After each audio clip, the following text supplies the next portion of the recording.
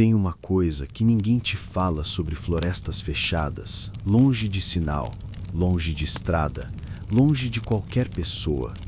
Não é o escuro, não é o silêncio. É quando você percebe que o silêncio parou. Eu vou te contar uma história sobre 6 amigos que decidiram acampar longe de tudo, sem celular, sem internet, sem nada. Só eles, a floresta e uma fogueira. Eles foram buscar descanso, mas o que encontraram foi outra coisa. Essa história não é ficção científica, não é sobrenatural no sentido que você está acostumado. É o tipo de coisa que te faz pensar 2 vezes antes de entrar em qualquer mata densa, qualquer trilha sem sinal, qualquer lugar onde você precisa confiar só nos seus olhos e nos seus ouvidos. E já aviso, seus ouvidos podem te trair. Lucas tinha 28 anos e a ideia tinha sido dele.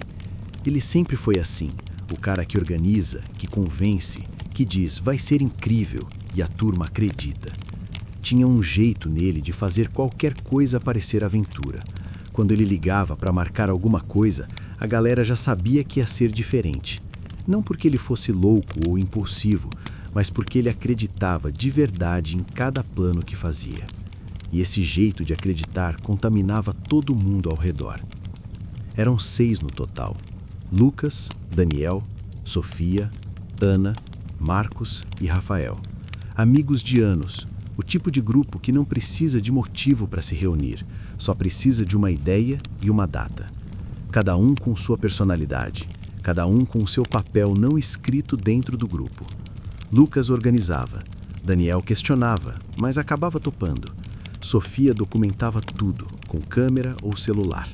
Ana cuidava de todo mundo sem que ninguém pedisse. Marcos era o mais calmo, o mais velho por uns 5 anos, o que raramente se surpreendia com alguma coisa. E Rafael era o que dormia em qualquer lugar, a qualquer hora, com qualquer barulho ao redor. A ideia era simples: 3 noites acampando numa floresta que Marcos conhecia de uma trilha que ele tinha feito anos atrás. Lugar bonito, rio perto, nenhum turista por lá, nenhum barulho de carro, nada. Marcos lembrava que a trilha era boa, que a clareira era espaçosa, que a água do rio era limpa o suficiente para cozinhar. Ele tinha ido sozinho da última vez e sempre quis voltar com alguém. O tipo de lugar que parece perfeito até você estar dentro dele. Eles chegaram numa tarde de sexta. O sol ainda estava alto, o que era bom, porque montar barraca no escuro é exatamente o tipo de coisa que estressa até os mais tranquilos. A mata era densa, mas a trilha era clara, marcada aqui e ali por pedras empilhadas e galhos amarrados que Marcos reconheceu da vez anterior.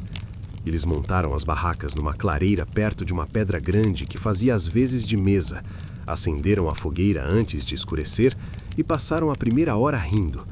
Era exatamente o que queriam. Daniel tocou violão, Sofia fotografou tudo: o grupo, o fogo, as árvores, a luz morrendo entre os galhos. Ana fez pipoca numa panelinha e todo mundo reclamou porque ficou queimada por baixo e crua por cima, mas comeram assim mesmo, porque estava todo mundo com fome. Rafael dormiu cedo, porque Rafael sempre dormia cedo, antes mesmo de escurecer completamente, enrolado no saco de dormir como se estivesse em casa. Lucas ficou acordado olhando o céu, que sem a luz artificial da cidade era outro céu, cheio demais, brilhante demais, do tipo que faz você se sentir pequeno de um jeito bom. Nenhum sinal de celular, nenhum problema. Até perto das 2 da manhã. Foi Ana quem ouviu primeiro. Ela tinha acordado para usar o banheiro, que naquele caso era qualquer árvore fora da clareira. Ela saiu quieta, cuidando para não acender a lanterna forte demais e acordar ninguém. Fez o que tinha que fazer. Respirou o ar fresco da madrugada, ficou um segundo olhando para o céu do mesmo jeito que Lucas tinha ficado horas antes. E na volta, ela parou. Tinha um som vindo da mata. Não de um lado específico, era difícil localizar, como se viesse de vários pontos ao mesmo tempo, ou como se a mata espalhasse o som de um jeito que tornava impossível saber a direção. E o som em si era errado. Não era um animal que ela não reconhecia, era pior do que isso. Era um animal que ela quase reconhecia, como um chamado de pássaro noturno, mas grave demais, como um latido, mas lento demais, com pausas longas demais entre cada sílaba, como alguém que tivesse ouvido um animal fazendo aquele som uma vez, anos atrás, e estivesse tentando reproduzir de memória. Ela ficou parada por quase 1 minuto, esperando. O som parou. Não foi gradual, não foi como um animal que termina o que está fazendo e vai embora. Foi um corte limpo, como se alguém tivesse apertado um botão. E esse corte, de algum jeito, era mais perturbador do que o som em si. Ela voltou para a barraca e ficou acordada o resto da noite. Deitada de olhos abertos no escuro, ouvindo a respiração de Sofia do outro lado da barraca, contando os minutos até o céu clarear. De manhã, ela contou para Lucas. Tentou ser racional, tentou descrever com precisão, mas ficou difícil porque o som não tinha um nome fácil, não cabia numa categoria simples. Lucas ouviu com atenção e disse que provavelmente era um pássaro noturno, que a mata confunde o som, que o cansaço distorce o que a gente escuta. Ela concordou porque queria concordar, porque concordar era mais fácil do que a alternativa, porque a alternativa era dizer que o som parecia intencional e ninguém queria começar o segundo dia acampando com essa ideia na cabeça. Eles fizeram café, comeram pão com o que tinham sobrado da noite anterior, andaram até o rio. A manhã era linda, o tipo de manhã que faz você entender por que as pessoas gostam de acampar. Água fria, pedras lisas embaixo dos pés, a luz entrando pelo telhado das árvores em ângulos que pareciam calculados por alguém com bom gosto. Foi Marcos quem encontrou as pegadas. Ele tinha ido um pouco mais longe que os outros, seguindo o rio para ver se tinha uma parte mais funda para nadar. Ele gostava de explorar, sempre tinha gostado, e o grupo já sabia que quando Marcos saía para dar uma volta, ele voltava com alguma coisa interessante. Uma pedra diferente, uma planta estranha, uma vista boa logo depois de uma curva. Dessa vez, ele voltou diferente. As marcas estavam na lama da beira do rio, numa parte onde a terra era mais mole, onde a água tinha recuado recentemente e deixado uma superfície quase lisa, perfeita para registrar qualquer coisa que passasse por ali. Eram marcas de casco, fendidas no meio como de bode ou de veado, mas maiores do que qualquer um desses animais chegaria perto, e fundas demais. O tipo de profundidade que você só vê quando algo muito pesado passa por ali, quando o peso concentrado num ponto pequeno afunda fundo na lama mole. Mas o que não fazia sentido era a disposição. 2 marcas, paralelas, espaçadas como passos de quem anda ereto, não 4 patas alternadas como qualquer animal de casco. 2 patas, lado a lado, avançando uma de cada vez, como um ser que caminhava na vertical, como um ser que tinha aprendido a usar as pernas dianteiras para outra coisa que não era apoiar o peso no chão. Marcos ficou olhando por um tempo antes de chamar os outros. Ele queria ter certeza do que estava vendo. Queria encontrar a explicação óbvia que ele tinha certeza que estava ali, que ele só precisava de 1 segundo a mais para enxergar. Mas quanto mais ele olhava, menos a explicação aparecia. Ele chamou os outros. Eles ficaram olhando juntos, em silêncio primeiro, o tipo de silêncio que acontece quando um grupo de pessoas está processando a mesma coisa ao mesmo tempo e ninguém quer ser o primeiro a dizer o que está pensando. Daniel foi o primeiro a falar. Disse que provavelmente era algum animal que tinha pisado de um jeito esquisito, que a lama distorce a forma, que eles estavam procurando padrão onde não tinha. Era uma boa explicação. Era uma explicação que todos queriam aceitar. Marcos não respondeu. Ele estava olhando para dentro da mata. A mata estava escura mesmo com o sol alto, porque as árvores eram antigas e densas e não deixavam muita luz passar. Mas havia uma clareza suficiente para ver até uma certa profundidade antes que tudo virasse sombra. E nessa faixa de clareza, a uns 30 metros, havia uma figura. Era alta, muito alta. Alta demais para ser humana de um jeito confortável. Não absurdamente alta, mas alta o suficiente para você notar imediatamente. E estava parada de um jeito que animais não ficam parados. Animais se mexem, respiram, ajustam o peso, distraem. Essa figura estava imóvel do jeito que pedras ficam imóveis, do jeito que coisas que não respiram ficam imóveis. e estava de frente para eles. Não de lado, não de costas, de frente. Olhando. Marcos piscou. Não porque quis, mas porque os olhos fazem isso quando ficam abertos tempo demais. E no tempo de um piscar, a figura sumiu. Não correu, não se mexeu, não desapareceu gradualmente atrás de uma árvore. Simplesmente deixou de estar lá. Marcos não disse para ninguém o que tinha visto. Não naquele momento. Ele guardou aquilo como guarda uma coisa que você não tem certeza se aconteceu de verdade ou se foi a sua cabeça pregando peça. Você guarda para ver se o tempo resolve, se a explicação aparece sozinha, se você acorda no dia seguinte e a memória ficou menos nítida. A memória não ficou menos nítida. Eles voltaram para o acampamento mais cedo do que planejavam. Não houve uma decisão coletiva explícita. Foi mais como um consenso silencioso que se formou sem que ninguém precisasse propor. Sofia parou de fotografar. Ana começou a arrumar as coisas que estavam espalhadas. Daniel disse que estava com fome e começou a andar de volta. E os outros foram junto, porque andar de volta era melhor do que continuar parados ali perto da lama com aquelas marcas. O almoço foi quieto. Não o silêncio confortável de quem está relaxando, mas o silêncio tenso de quem está pensando, mas não quer ser o primeiro a pensar em voz alta. Rafael era o único que parecia normal, comendo tranquilo, sem notar o clima que tinha se instalado no grupo. Ou notando e não ligando, que era o jeito dele com muita coisa. Ana ficava olhando para o limite da clareira, não para o céu, não para as árvores em geral, para o ponto específico onde a luz parava e o escuro começava. Aquela borda invisível entre o espaço deles e tudo o que estava do outro lado. Foi à tarde que Marcos contou o que tinha visto. Ele esperou Rafael sair para buscar mais lenha, não porque quisesse esconder do Rafael especificamente, mas porque queria um grupo menor, uma conversa mais controlada. Ele contou com cuidado, com detalhes, sem drama. A figura alta, a imobilidade estranha, o desaparecimento instantâneo. Ele sabia que soava loucura, mas contou a si mesmo, porque guardar estava ficando pesado demais.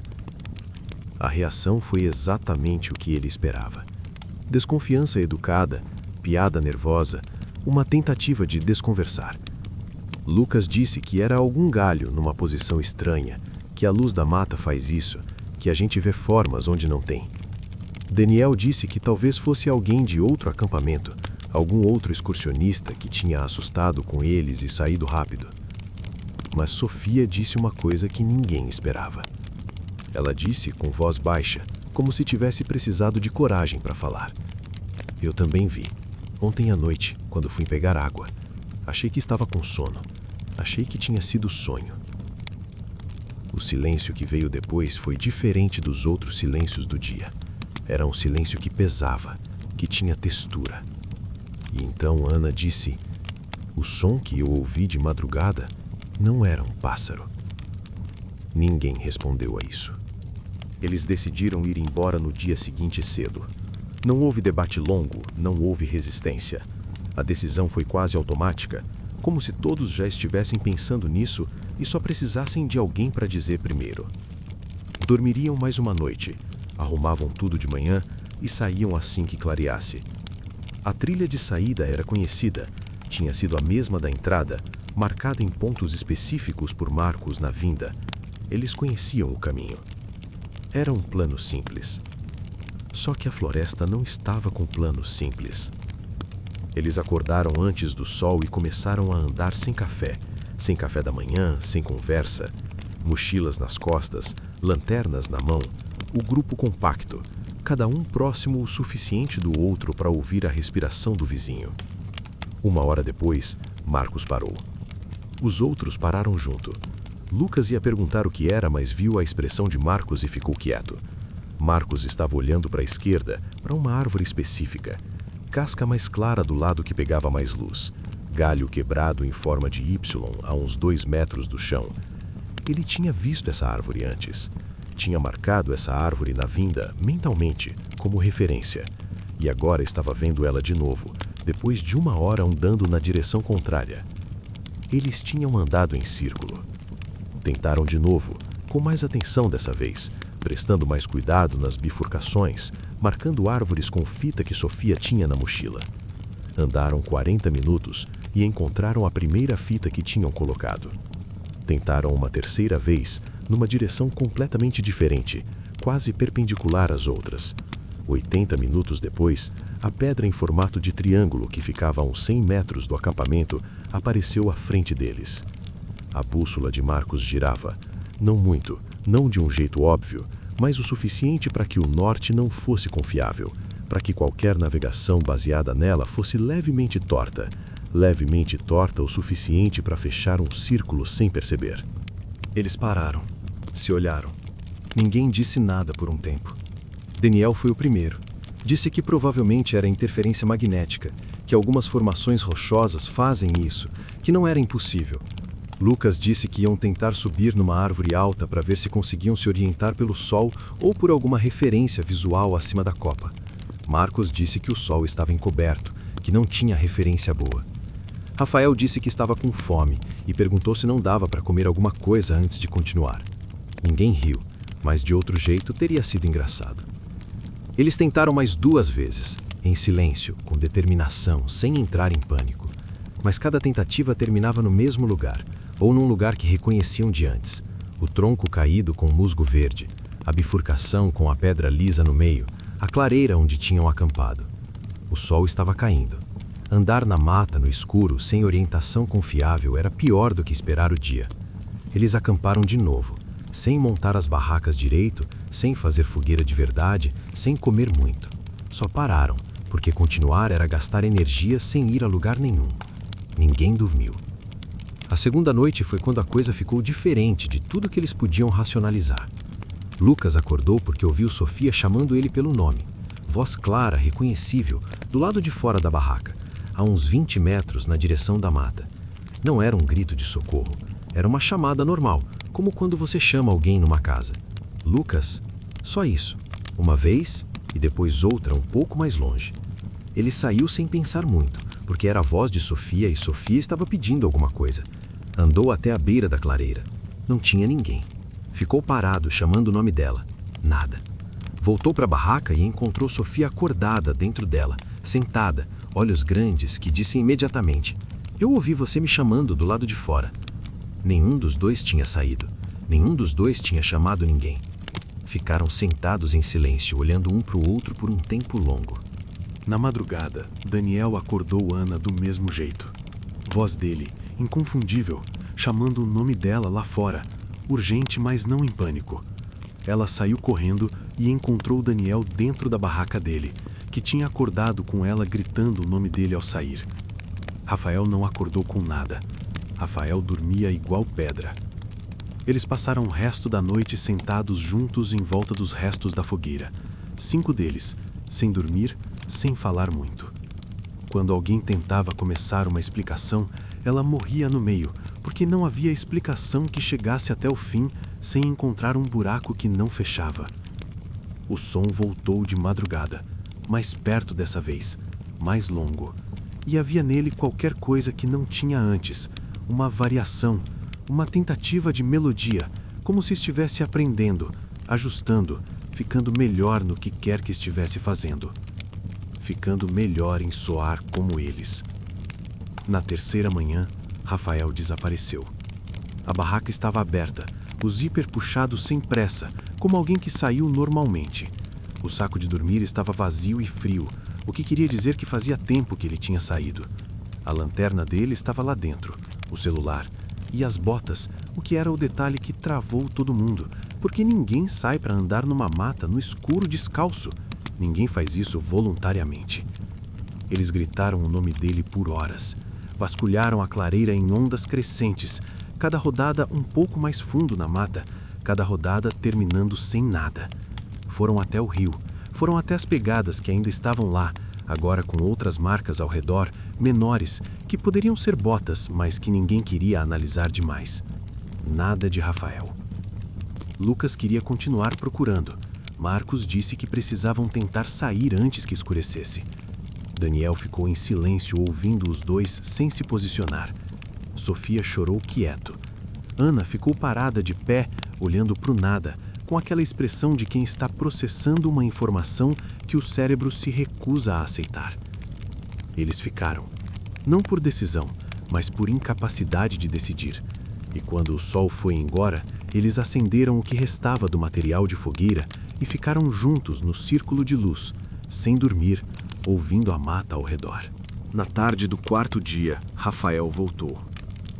Ele saiu da mata pela mesma direção que a trilha de entrada chegava, andando devagar, passos regulares, olhando para o chão. Sem pressa, sem desespero, sem o estado que alguém que passou 3 dias perdido numa floresta deveria ter. Roupas relativamente limpas, expressão neutra. Eles correram até ele, abraçaram, perguntaram, falaram por cima uns dos outros. Ele respondeu tudo. Disse que se perdeu na primeira noite, que acordou sem referência de direção, que andou por muito tempo sem encontrar o acampamento. Disse que encontrou um abrigo natural, uma formação de pedra com cobertura suficiente e ficou lá esperando alguma coisa mudar. Disse que perdeu a noção do tempo. Disse que estava bem. As respostas eram curtas, corretas, cobriam todas as perguntas óbvias. Mas havia alguma coisa nas respostas que era como uma roupa que foi lavada no tamanho errado. Parecia a mesma, mas não assentava igual. Rápidas demais, sem detalhes desnecessários, sem aquelas divagações que acontecem naturalmente quando uma pessoa está animada para contar o que viveu. Cada resposta tinha exatamente o tamanho suficiente. Nada a mais, nada a menos. Ana foi a primeira a notar os olhos. Não era a cor, não era o tamanho, era o movimento. Ele piscava raro demais, como se o reflexo automático de piscar estivesse sendo controlado, em vez de acontecer naturalmente. E quando olhava para alguém, não desviava. Ficava, firme, sem o movimento natural que olhos fazem quando estão confortáveis, quando não estão monitorando, quando estão só existindo. Os olhos de Rafael monitoravam, do mesmo jeito que a figura entre as árvores tinha monitorado. Ninguém dormiu aquela noite. 5 deles acordados em volta do fogo, e Rafael deitado na barraca, supostamente dormindo. E de dentro da barraca de Rafael, de vez em quando vinha um som, baixo, quase inaudível, como alguém praticando palavras que ainda não domina completamente. Eles estavam sentados em volta da fogueira, os 6, e a discussão tinha chegado num ponto onde ninguém sabia mais o que propor. Lucas insistia que precisavam tentar sair de manhã cedo, que tentariam uma direção diferente, que não podiam desistir. Marcos ficou quieto por um tempo e então disse, com voz baixa, que não tinha certeza se sair era o problema principal naquele momento. Ninguém precisou perguntar o que ele queria dizer com isso. Rafael estava sentado com eles, ouvindo a conversa, com aquele jeito de participar sem realmente participar, de estar presente sem estar presente de verdade. De vez em quando ele concordava com a cabeça. De vez em quando ele fazia a expressão certa para o que estava sendo dito. De vez em quando, por um segundo, ele esquecia de fazer a expressão certa. E então, uma voz veio do escuro. Não de dentro do grupo, não de nenhum deles, de fora do círculo de luz, da beira onde o brilho da fogueira morria e o escuro da mata começava. A voz era calma, não era sussurro, mas não era forte. Era o volume de alguém falando numa conversa normal. A voz disse: "Agora somos 7. Ninguém se mexeu por um segundo. Nenhum músculo, nenhum piscar, nenhuma respiração audível. Depois, Lucas se levantou devagar, virou para o escuro com a lanterna e varreu o limite da clareira. Nada, nenhuma figura, nenhum olho refletindo a luz, nada que não fosse árvore e sombra. Ele virou de volta para o grupo e contou, em voz alta, apontando para cada um. Lucas, Daniel, Sofia, Ana, Marcos, Rafael. 1, 2, 3, 4, 5, 6. 6. Sempre tinham sido 6. Daniel contou de novo porque às vezes a gente precisa confirmar. Mesmo número, mesmas caras. Mas Sofia olhou de novo.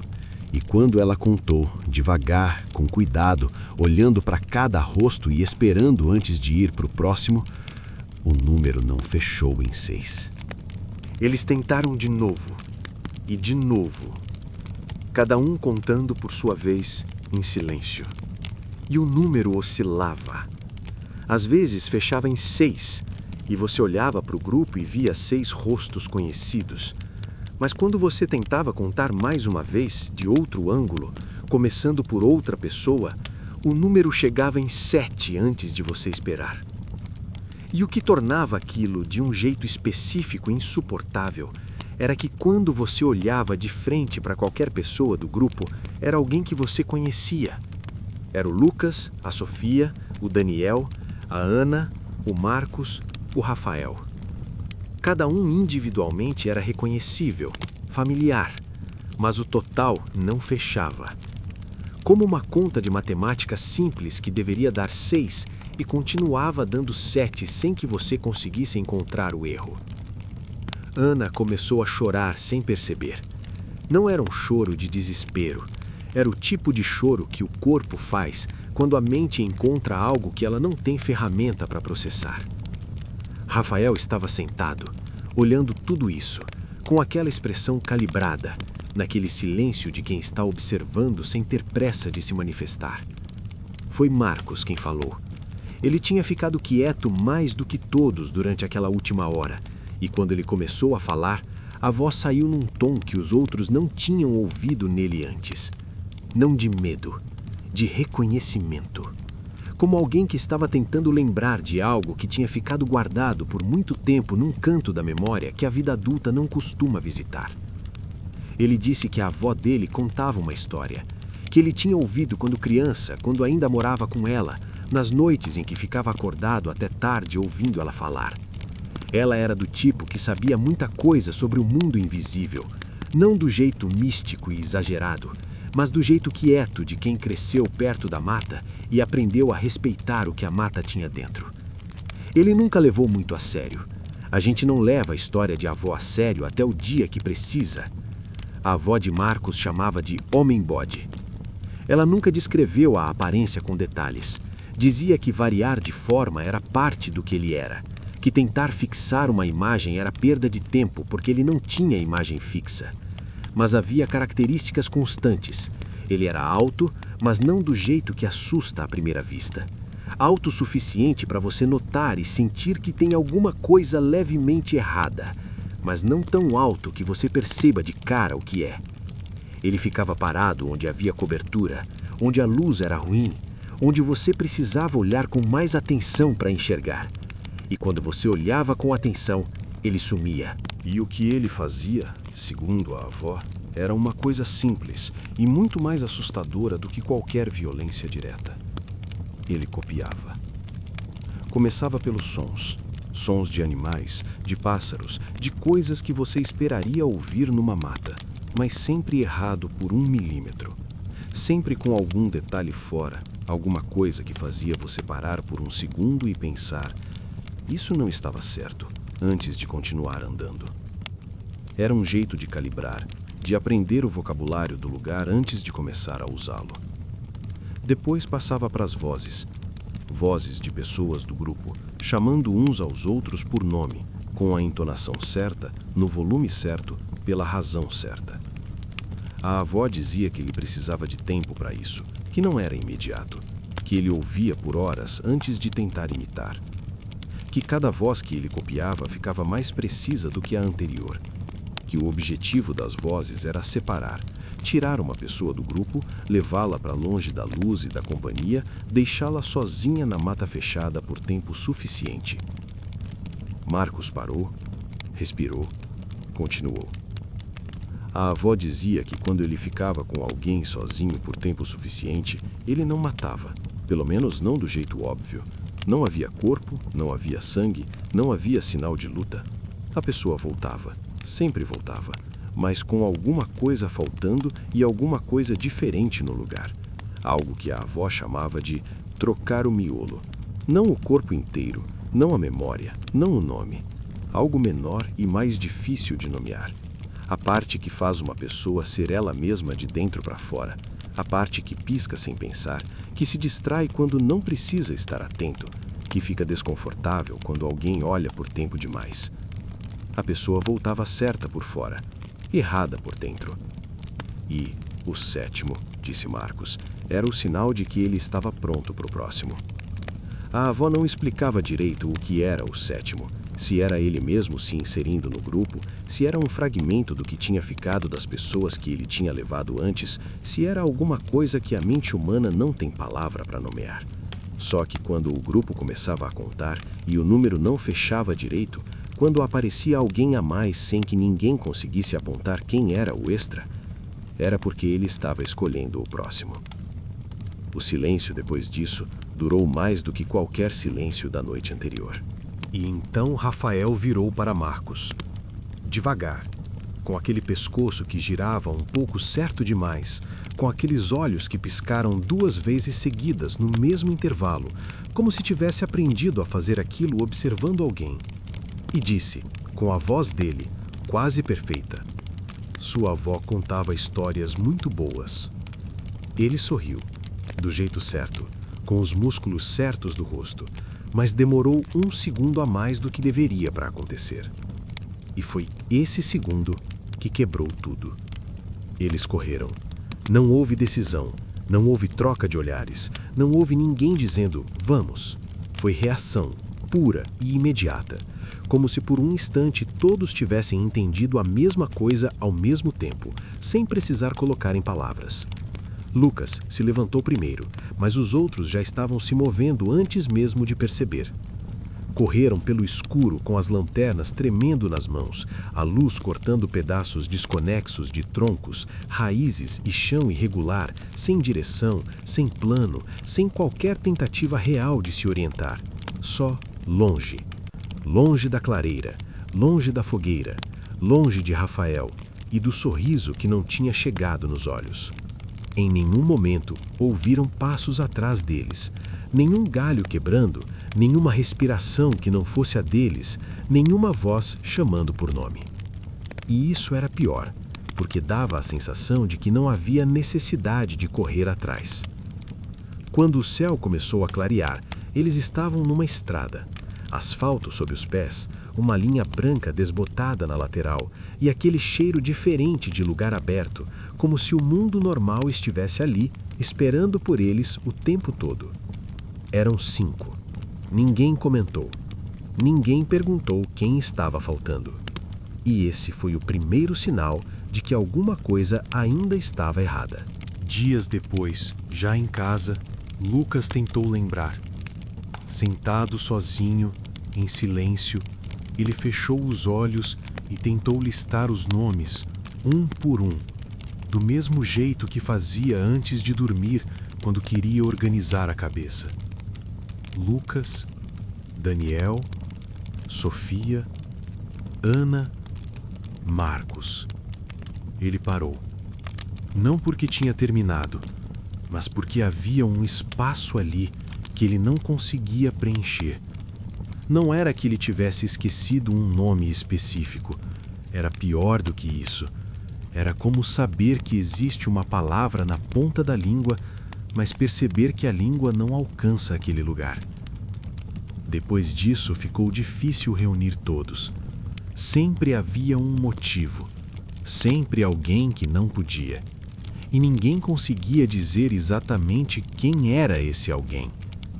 E às vezes, em momentos em que a luz estava ruim ou o cansaço pesava demais, parecia que não faltava ninguém. Parecia que tinha alguém a mais.